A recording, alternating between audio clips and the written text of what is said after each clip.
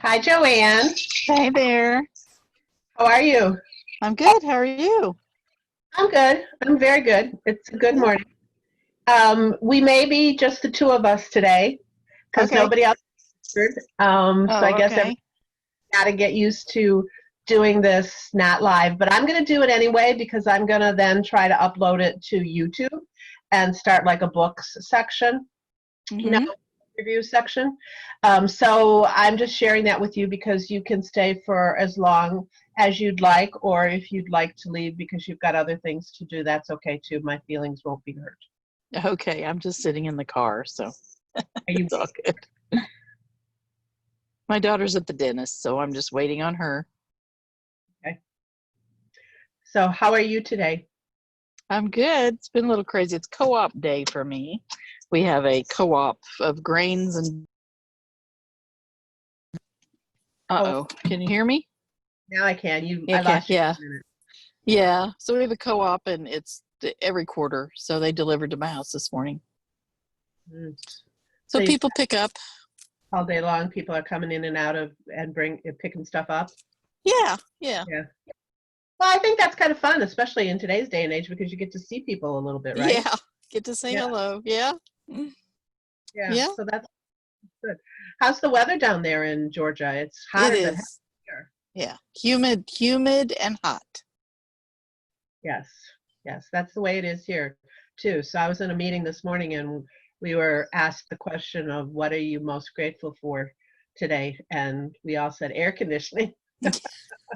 Exactly. Here, That I can relate to. Yes. Yeah. Even sitting here in the car, I have to keep it on for a while and, alternate between turning it on and then rolling down the windows. It's just so hot. right. Hi, Rick. Hello. How are you? I'm all right. Good. We're Okay. going to start in here in just a couple minutes, and we will start with introductions. But how are things out in your part of the world? Not bad. Not bad. Had a good weekend. Kind of went off the grid on the weekend and just really recharged the batteries. Good, good. But it was like Vietnam around here, though. Boy, the fireworks were. The dog was. We had him in the basement, and that's the only thing that kept him from going totally out of his mind was Yeah, getting him in the basement. So yeah. It was like that around here too. I think everywhere it was like that. I think it was. Man. We're going to go ahead and get started. I don't know how many more will be joining us, but what I'd like to do is start off by you guys doing some introductions. And I'm going to start to model what it is that I'm expecting from you. So I would just like you to share your name, where you're calling in from, what your connection is with do-over.me, and number four, I guess, would be when's the last time you played? Okay. So I'm going to start by telling you, you all know that my name is Cynthia and that I'm calling in from Geneva, Illinois, which is about 40 miles straight west of Chicago. And I'm affiliated with do-over.me because, gosh, 6.5 years ago, this didn't exist. And then a butterfly came and floated through my brain and landed on my shoulder and said, you need to do this. So do-over.me was born. And the last time I played, yeah, I can't remember. And that's really terrible. No, that's not totally true. So improv. Every week when I do improv, I play. And we even had a great improv class last week when we only had two people there. And it was Bill and I and two guests. And so there were four of us all together. And we even had a great time then. So that was the last time I played. But it's not something that I it's one of those things that I don't take my own advice on. So, Mm-hmm. so your name, where you're from, what your affiliation is, and the last time you played. Who wants to go next? I'll Go go. ahead, Joanne. Go ahead. Okay. I'm Joanne. I'm from Atlanta, Georgia. And I'm affiliated with do-over.me as a writer. So I help write and manage content for do-over.me. And the last time I played, Well, last night I was dancing and having fun with my kids in the kitchen while I was watching the Eagles concert on ESPN Oh, and cool. just reliving some some years in the past, old memories and things, but that was fun. But anytime there's a ball that I can throw, I can have fun. So I try to keep that around, a tennis ball or a ball in the pool or something like that. I will always engage shooting baskets. So as long as that's there, I'll go for it. Good for you, Joanne. I didn't know that about you. Okay, Rick. Hi, Rick Stenerson. I'm from Des Plaines, Illinois, which is northwest of Chicago, a little bit, right kind of by the airport. I've been with do-over.me as a member now for, what, 4 months? Does that sound right, Cynthia? Something like that. Actually, it's a little longer than that. You joined at the end of December of 2019. Oh, really? Okay, I didn't realize. Okay, so it's 6 months now or better. So I'm on a quest to reinvent myself, and that's what I'm doing here right now. Slow but sure, kind of doing that, trying to figure out how to reinvent myself for the next and probably final chapters here. So, and everything. So, Joanna, you're in Atlanta right now? Are you down Correct. there? Yeah. What town are you in down there? I live in Lilburn, which is over by Stone Mountain. So just a little north and east of the city. Right. Okay. Yeah, I got a whole bunch of ex and shirt tail relatives down that way in Lawrenceville, Decatur, Roswell, Alpharetta, Flowery Branch, all those towns. Yeah. Well, right now I'm sitting in Roswell, right by the square, and I live between Lawrenceville and Decatur. What's the temperature there right now? It's hot, 87. Okay. And humid. Same as here. Right. That's about where we are too. Right. Yeah. So, Rick, when was the last time you played? I'm going to say Saturday. I was swimming and playing with my grandson, Jack, on Saturday, July 4th.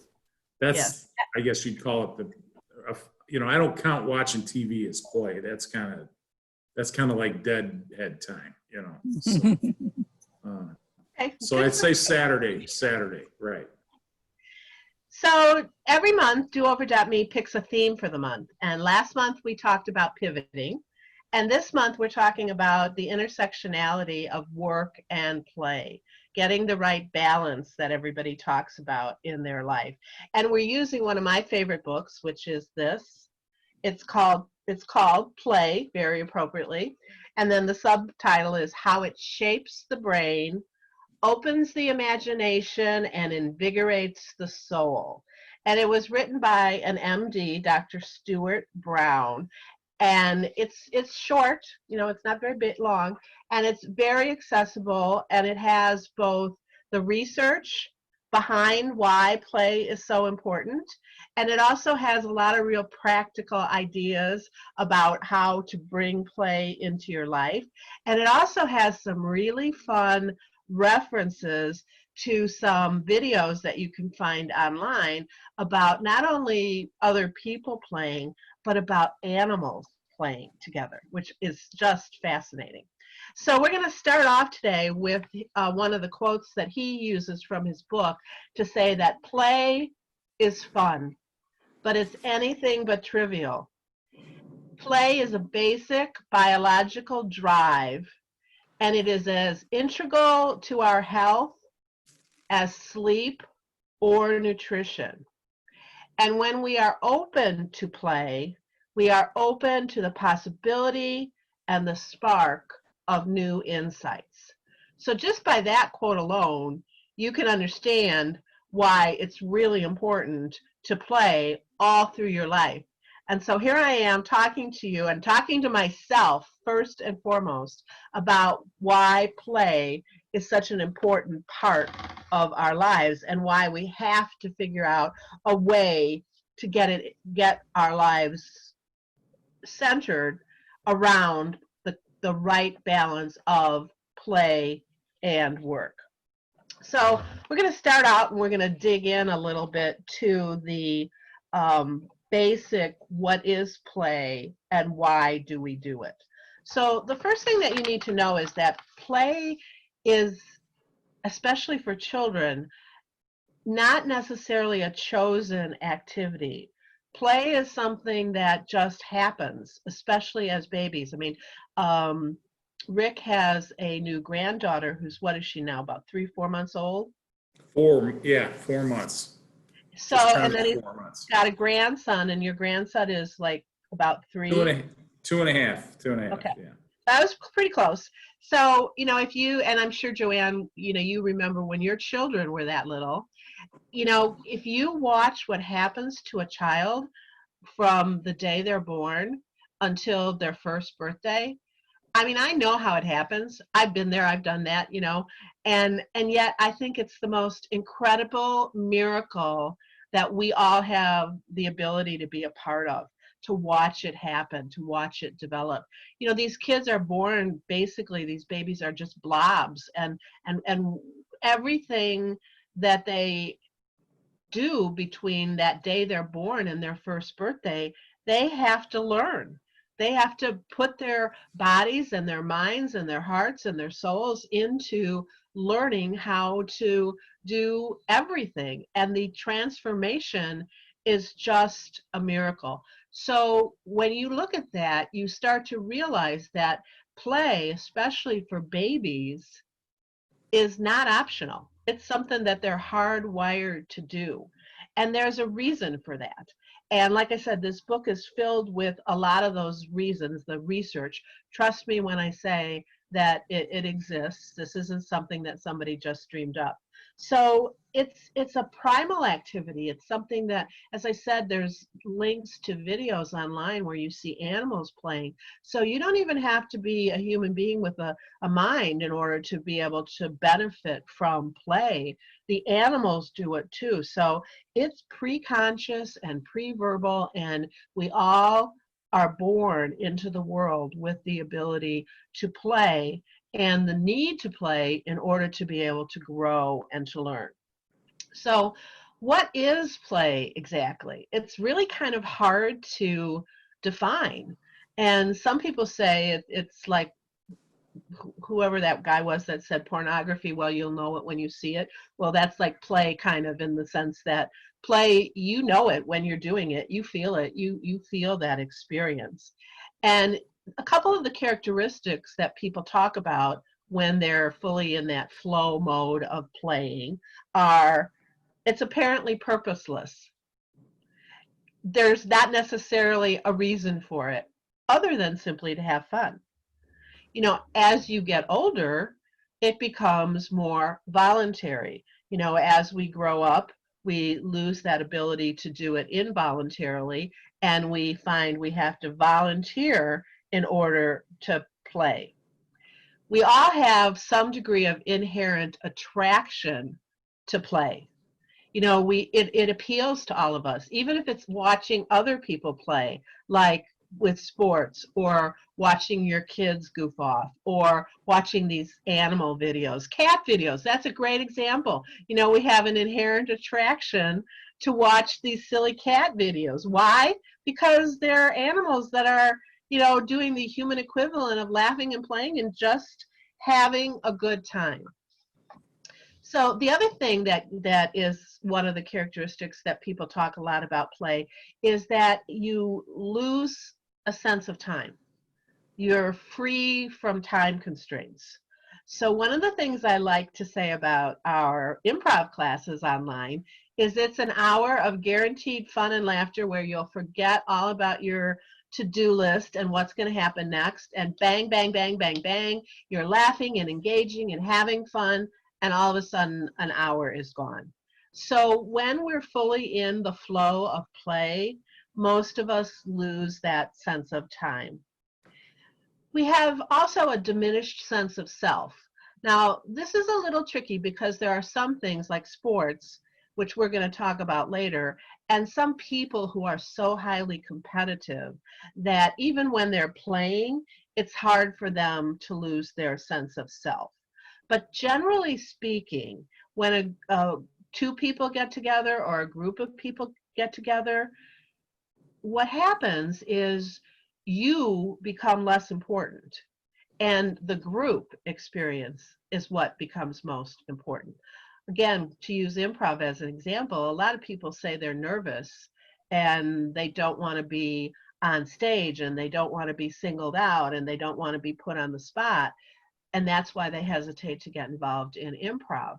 But you both have been a part of it and you know that it's not like that, right? I mean, you may feel a little bit of awareness of yourself in comparison to the rest of the group at the beginning, but it doesn't take long at all to get engaged and get involved with the group and the games that everybody's playing. And when that happens, you lose your sense of self. And that is a really good thing. It's a healthy thing because not everything is focused on you and how it's got to filter through your brain and your emotions. Learning how to play, I mean, think about it. Think about when you were a kid and you went outside with your friends. I mean, we're all of the age that we spent a lot of time outside playing, right? And your mother would say, just go outside. I don't want to see you till at least lunchtime, right? Or if it was after lunch, I don't want to see you till dinner time, right? And what happened? We got out there and with our group of friends and somebody said, well, what are we going to do? And what happened? We figured it out. We figured it out. Right. Exactly. And we improvised, okay? Right. And Right. that's also what improv is all about, because improv is a really adult form of play. And you figure it out somehow or another. You improvise with the tools that you have in the situation that you're in, and then you figure out. And all of a sudden, instead of having, bases for that baseball game, you have rocks, or you have books, or you have rags that you put down as the basis, because you're improvising and you're trying to figure out how to make it work, and you're coming together as an ensemble and you're learning how to work together. You're learning how to work with the different personalities of those kids. So we're going to talk about that in a minute, because play is one of the first places where kids discover that everybody has a different kind of a personality. And what one kid does is not what the next kid is going to do. We're going to talk about that in a couple minutes too. So, and if it really is giving you all these really positive things, you're going to have a continuous desire to want more and more and more of it, okay? Because it's satisfying a basic human need that you have to be happy and to grow and learn while you're actually doing something that is fun. So that's some of the characteristics of play. When they talk about the process of play, they talk about 6 different things that people typically go through. And this is true whether you're 6 months old, 6 years old, or 60 years old. So the first thing is the anticipation. And for kids, it's almost all exclusively anticipation.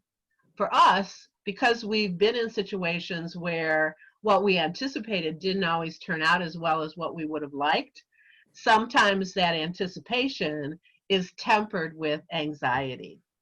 But I've always really tried to focus on the fact that for me, anticipation is one of the best parts of pleasure, of play, of having fun. The next thing is surprise, especially when you've never done it before.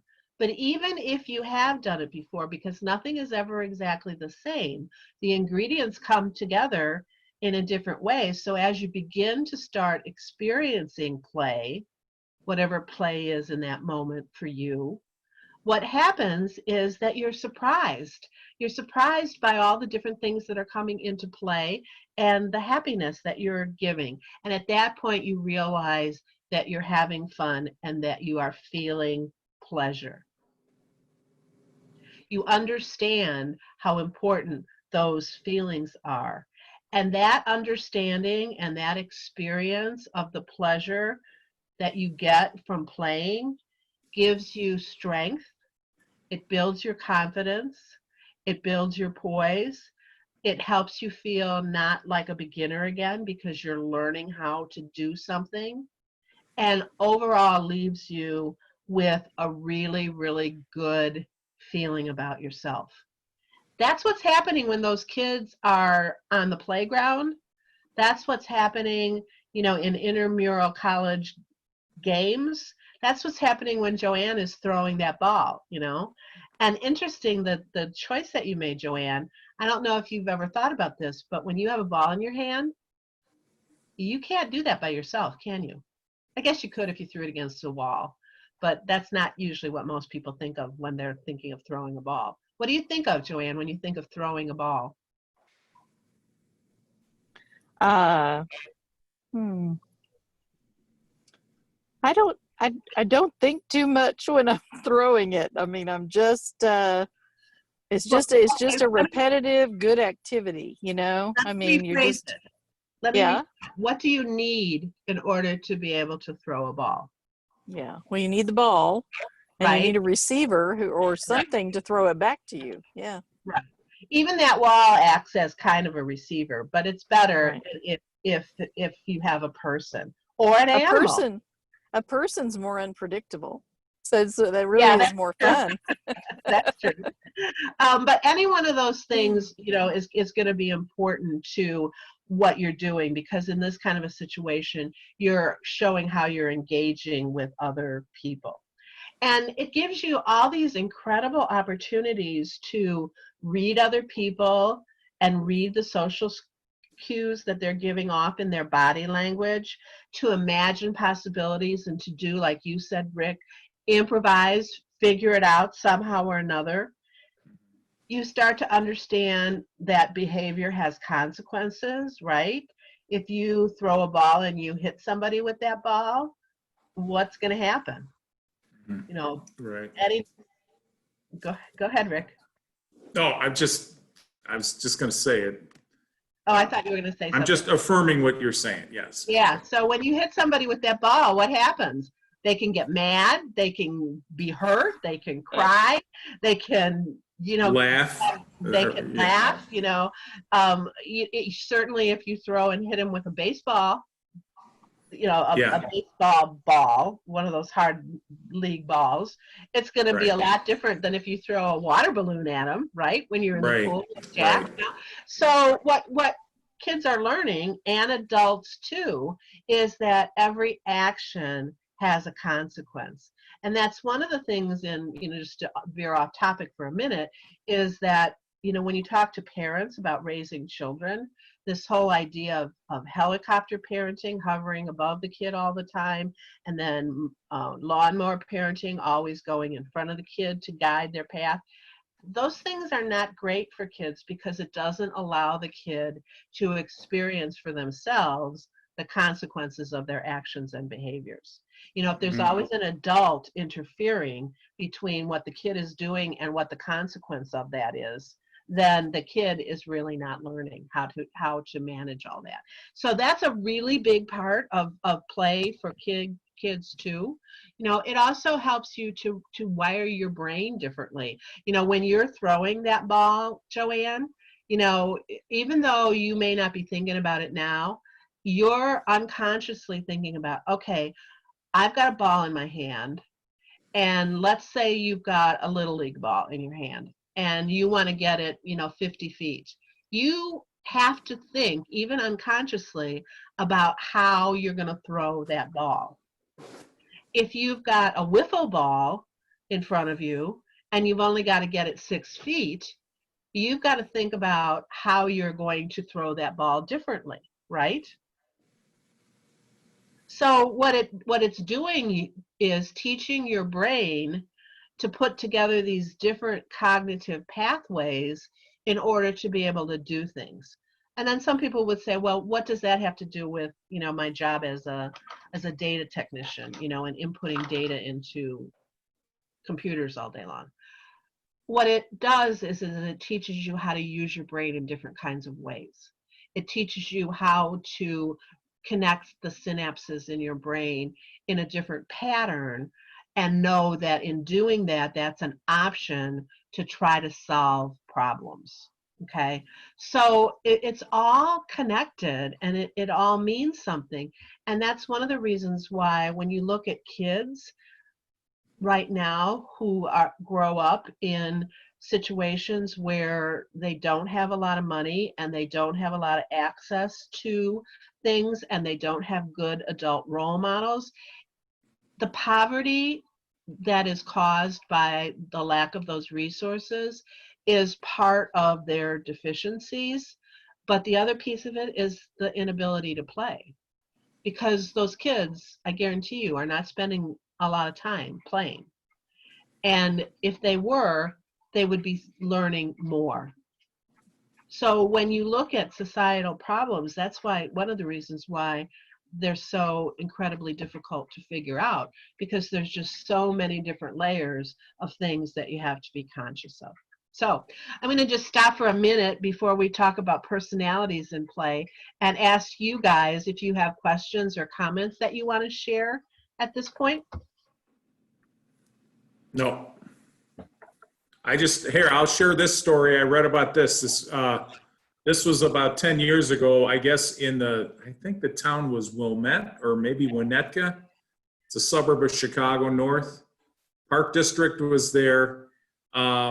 They hired a new person who was in charge of their little league baseball, whatever, softball, that kind of stuff like that for the kids. And I think the guy was a psychology major. Something was, going on there, but he went out there. He had all the parents bring the kids to this ball field. He walked out there in the middle of the diamond and he had a big bag full of bats and balls, some extra mitts and some stuff. And he called all the kids into the center of the diamond and he took that bag and he just threw it down on the ground and then he walked away. He just walked away. And then he got over by the side of the field. He was over almost on the sidewalk. And then he turned around and he said, "Oh, by the way, all you parents, you're all banned from the fields from now on. You're banned from here. You can't come here anymore." And they were all looking at him like, "What the hell are you talking about? And he said, "Those are my rules. This is it. You got to leave." And so they left. And then, 2-3 days later, they come back. The kids made teams. They picked their players. They doled out their equipment. They started to organize. They were running their program themselves, virtually running it themselves. So it was like an experiment that he was playing on them. And but the parents were outraged, though. I mean, they were at the board of whatever. They wanted him fired. They wanted this stopped, and all that. And like you said, I remember as a kid, my mom would kick us out the door. Come back at lunch if you want lunch. If you want to eat at dinner, you better be back here in time. Otherwise, we were out the door and we went out and figured it out on our own. We played softball, football, whatever we were doing. We were just riding our bikes like around and, but I don't know if you can do that these days. It seems like the world's a little more I don't know, is it more dangerous? But kids, their lives are so programmed and so have, what do you call it? There's too much organization, too much management. Yeah, very structured and very organized, very regimented. Right. But they can't think for themselves. They can't think on their own. And I think that's what play teaches you, to kind of think on your own. It's Exactly. Right. I'll give away one of Joanne's secrets here. She's got 7 children. And so in raising 7 children, Joanne, you must have seen that, right? The ones that, can go out and play on their own and the ones that need a little bit more help, and how they grow up in terms of becoming adults, and, how you and your husband chose to parent them in terms of teaching them stuff like that. Do you want to speak to a little bit to that? Yeah. Well, I'll just say, all of my kids are different, and my oldest would not play well with others at all, anywhere. In daycare, he was in there for a couple years, he would get kicked out. In the neighborhood, he would go play on the sidewalk and the other kids would come over and he'd go back in a corner. He really, today he's a developer, he works on his own. He designs video games on the side. He works on his own. He's always been that kind of strategy tactic. He's the sniper in a video game. I mean, he's always coming up with the strategies. Very competitive, but he wants to lead the team, and he's always leading them somewhere. And I used to see that in the way he would play, because he didn't want you messing with his stuff, because he was building something, he was organizing, whatever it was. There was always a strategy around it, and he just didn't have any interest in hearing your opinion, Mm-hmm. He had his own. Right. Whereas others, when they would play, they would walk in the room and everybody would gravitate toward them. And they would be a ringleader and, lead people in some sort of fun activity. And they would always be, even as adults, I walked into a concert once in an amphitheater, and somebody shouted their name. And I'm looking around at this humongous crowd and thinking, are you kidding me? Somebody is shouting your name, and there they go, right up to the backstage door, because someone recognized them. And so they would be the ringleader for that, Others, I caught one of them the other day. She gravitated towards something on the computer, and I said, well, what are you doing? Well, it's this game, and I'm running this shop. She's 13. I'm running a shop. And I said, well, what are you doing? Well, I've been designing a Google form, and we do interviews, and I designed the form to capture the data. I'm looking there, I'm going, really? She's really kind of organizing and managing a storefront already, just virtually online. Mm-hmm. But she is the interviewer. She's the people person. She's the, let me talk to you. How old is she? We all want to talk. She's 13, right? And when I was 13, I didn't even know what was going on. Exactly, but it's all in a game. That's what's so interesting to me, is that it's part of a game that you're playing, and yet you can have this role, and it's preparing you. And she's just all about interviewing the people, And so I find that really interesting. All these different ways that they play. For me, I was like my oldest. I would be on the driveway with roller skates, shooting baskets, hitting tennis balls, right, then going and riding my bike all day long by myself, So all those different ways of spurring your imagination, I'm all for it. And I guess in summary, I'll just say we've given our kids the opportunity to have lots of time that they can creatively figure things out. And that is just so great. What a gift. Yeah. Yeah. I agree. I don't know if you guys knew that you were giving them that gift when you chose to do it that way, but all of the research would support what you have done. Yeah. Because that's one of, as I said, one of the very first places that kids figure out who they are and what their own personality is like, what their own preferences are, and understand that not everybody's like them, that these people over here are different, and that's going to be okay.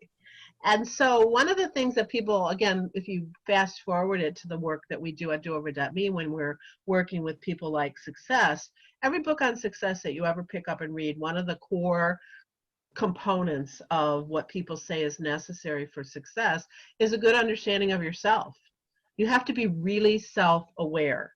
So this is one of the very first places that we start to be able to do this. So from this book, this is the way they talk about play personalities. They talk about a joker. They talk about a kinesthetic,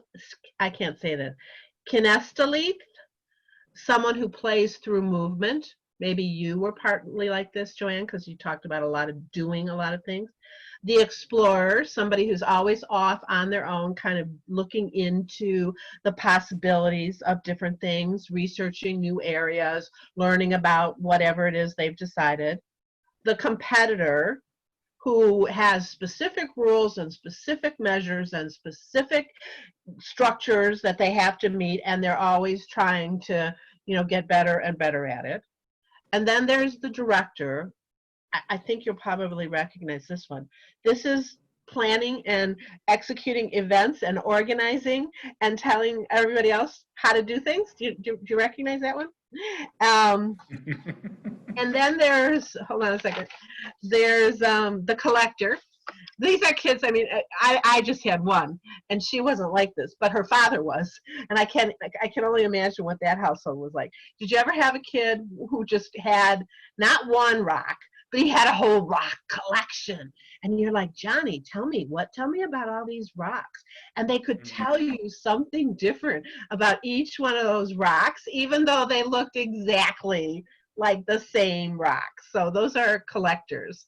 And then there's the artist creator, which I could also have a lot of that in me. And they were always making things. You know, like we didn't have Barbie dream houses when I was a little girl. So I was always making Barbie dream houses out of shoe boxes. I would always, you know, or cereal boxes, and I would cover them with paper and draw on them and put glitter on them and stuff, because I was always trying to create something. And then there's the storytellers, the kids that capture everybody's imaginations by telling them the stories and weaving their play into adventures into the imagination. Excuse me. These kids usually like to read and to write and to journal. So those are the basics, but you know, if you think about that,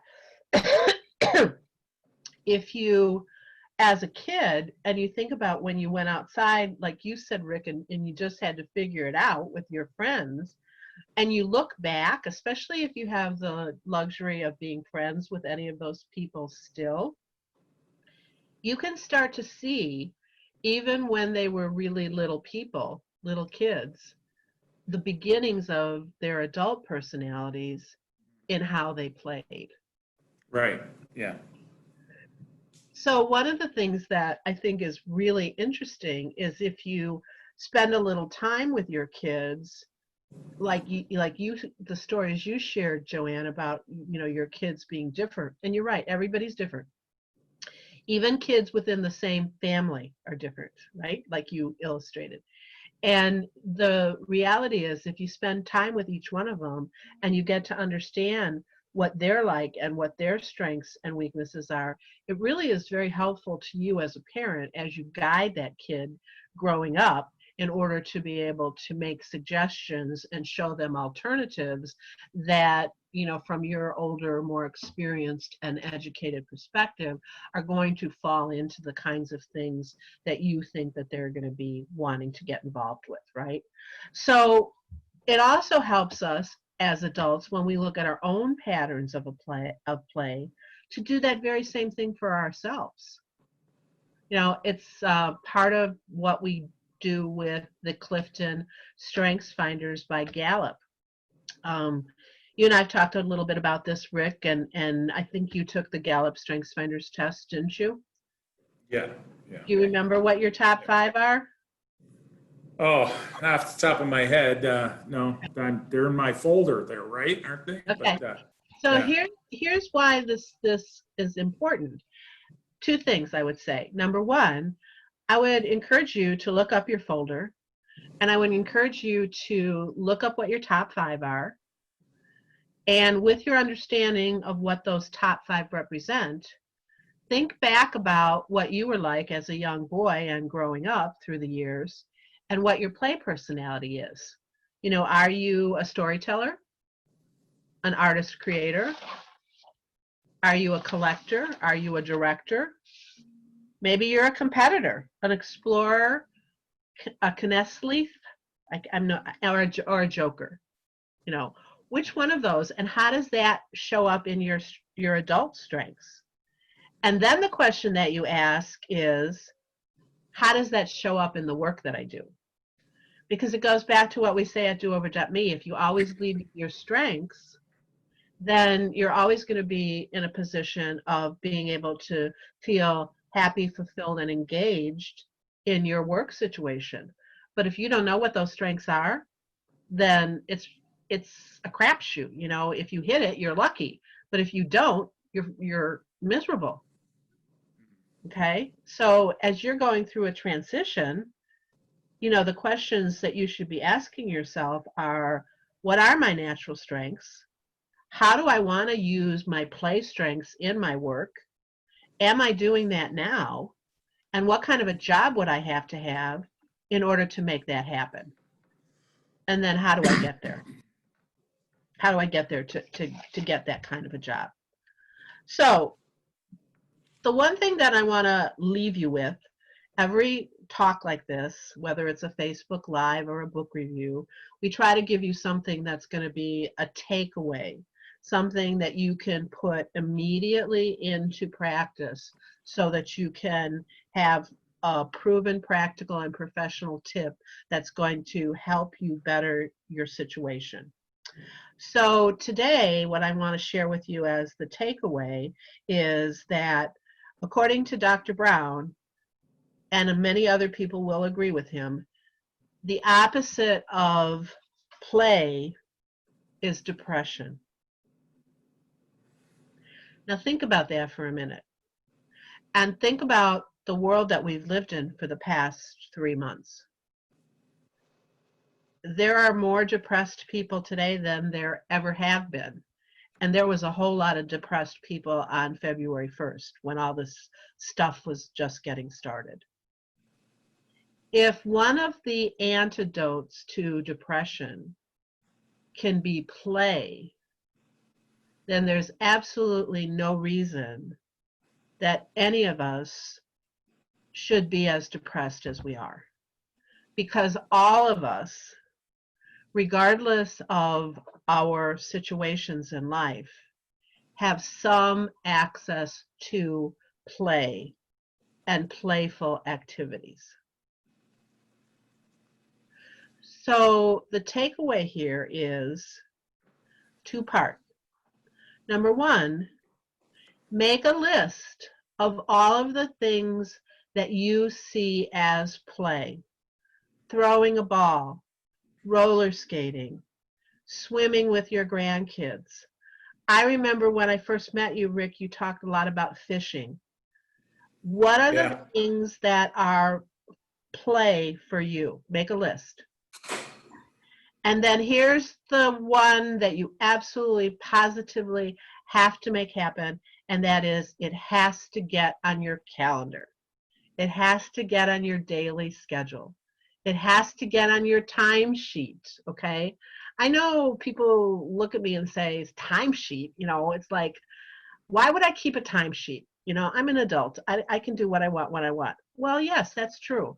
But I'm here to tell you that if you put it on your timesheet, it gets done. So every week I send out a weekly announcement of what's happening at do-over.me. You need to go on your calendar right away and put those events on your calendar if you want to participate in them at do-over.me. The same is true with play. If you put throw the ball with John, throw the ball with Jack, throw the ball with Kate. If you put swimming with Jack, swimming with Kate, you know, for my Kate and I, it's shopping at DSW. We haven't been able to do that very much lately. So what else can we do? You know, we've even discovered this really cool app called Marco Polo, and we do Marco Polo together, and we invite some friends into it. You know, whatever is fun for you.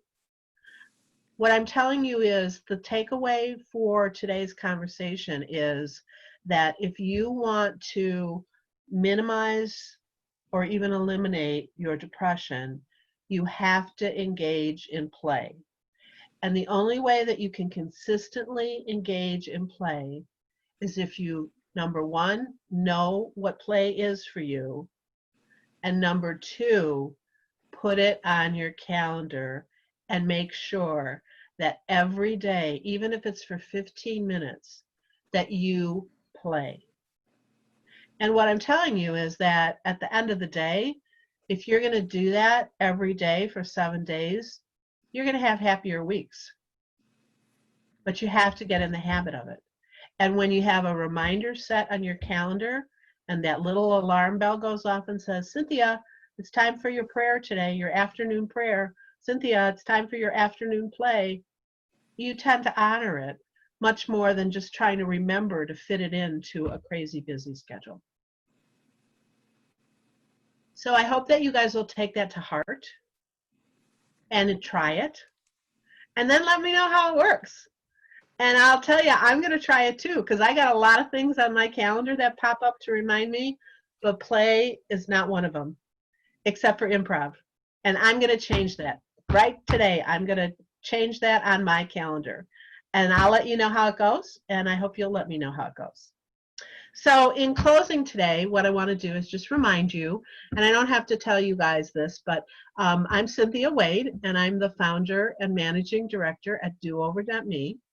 And do-over.me is a not-for-profit that was founded 6 years ago to provide proven, practical, and professional support on a sliding scale to anyone who's looking for meaningful employment. And what we try to do is level the playing field so that we can offer our services to anyone who needs them, and it's based on their ability to pay. And we have a lot of things that are free, like these book discussions, and we have a lot of things that you're going to be paying for if you choose to purchase them, but then you're going to be paying on that sliding scale. We've been doing this for 6 years. We have a lot of success, a proven track record of success. And we're busier now than we ever have been, again, because of COVID. There's actually a lot of people that are joining the tribe and looking for support. So you guys are pretty familiar with it. I'm not going to go into any final details with that. But again, before I read the final quote, did you guys have any comments that you wanted to share, or questions that you wanted Who to? said something about the Eagles before? Who was? Joanne did. She was listening to a concert, an ESPN concert, Joanne. The first concert I ever went to in my life was the Eagles. I don't want to tell you what year it was, but it was a few years ago. The warm-up band was Dan Fogelberg. Does that sound familiar? Dan Fogelberg, he was the warm-up guy for them. And that's the first time in my life I ever smelled the devil's weed, too, if you know. Oh, yeah. What's that funny smell? What was that? What's that funny smell like? So that gives you guys an idea of the age group that we all fall into, that we all recognize who that is. So, Boomer. Joanne, was there anything that you wanted to share here at the end? I just want to say that I found lately that teaming up with a good friend who we Marco Polo pretty frequently, but she also is she's a real supporter and, a go-getter. And so if I tell her that, something is important to me, that I want to integrate it into my life or something like that, like play, she will actually send me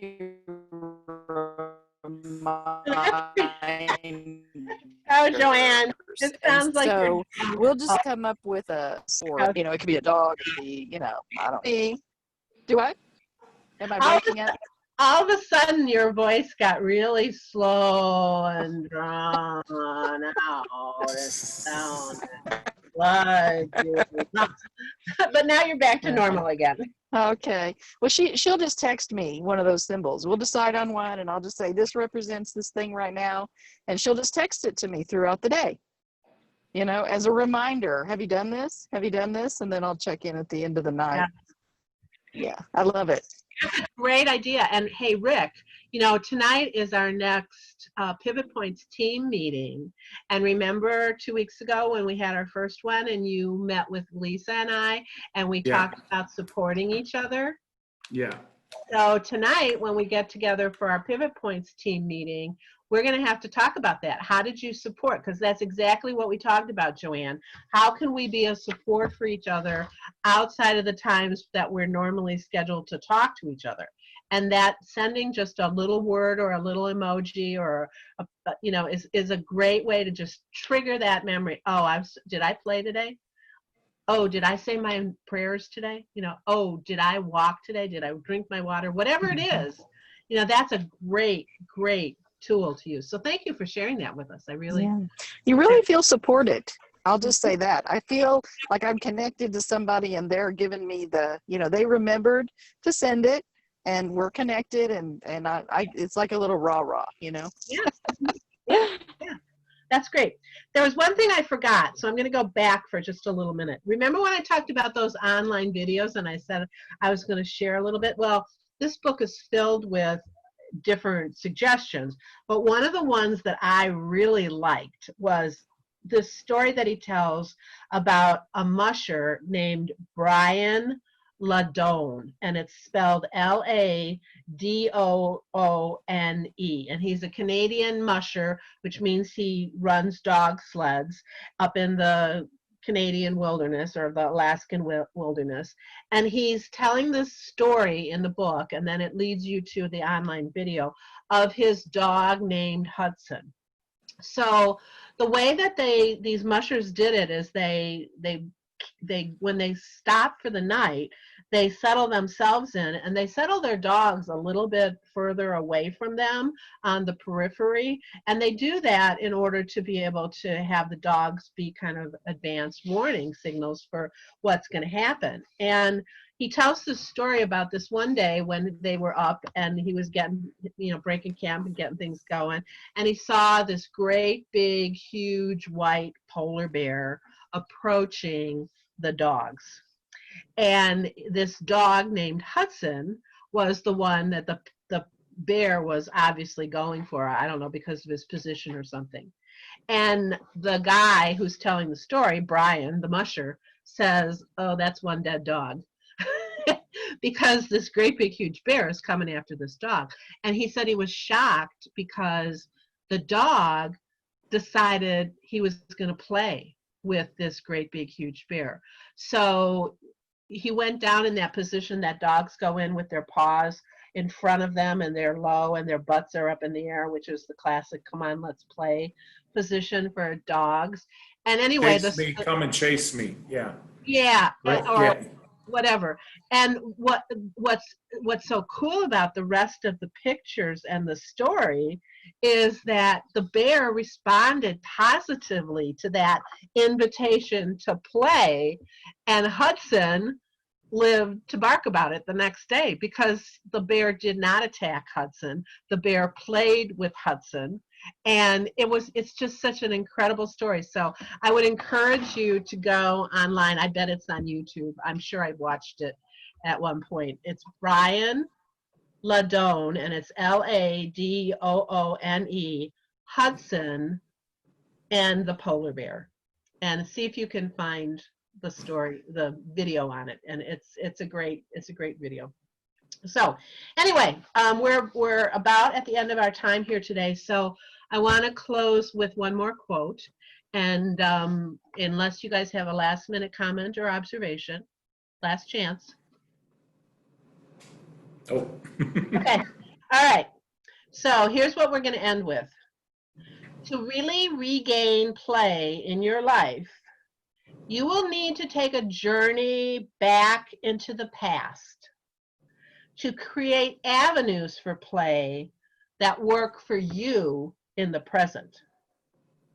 By simply sitting and remembering and often visualizing something you did in the past that gave you the sense of unfiltered pleasure, of time suspended, of total involvement, of wanting to do this thing again and again and again.